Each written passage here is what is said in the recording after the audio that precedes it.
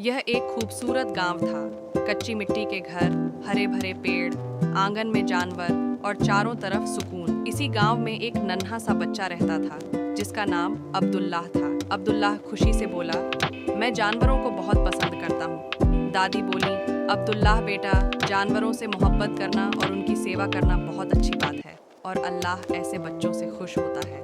अब्दुल्लाह मुस्कुराकर, मैं भी जानवरों की सेवा करना चाहता हूँ। आंगन में गाय, बकरियां, मुर्गियां और कुत्ता सब खुशी खुशी घूम रहे थे। अब्दुल्लाह बोला, वाह, मेरे दोस्त कितने प्यारे लग रहे हैं। अब्दुल्लाह मुर्गियों को देख रहा है।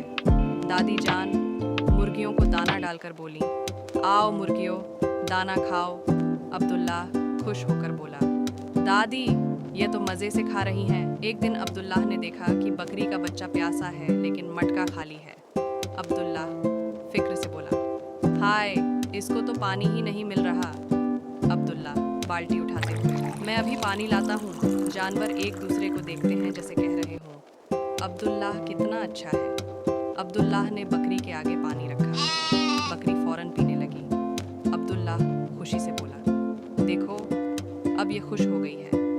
दादा अब्बू अब्दुल्लाह के सर पर हाथ रखते हुए बोले, शाबाश बेटा, अल्लाह तुम्हें नेक और सादतमंद बनाए।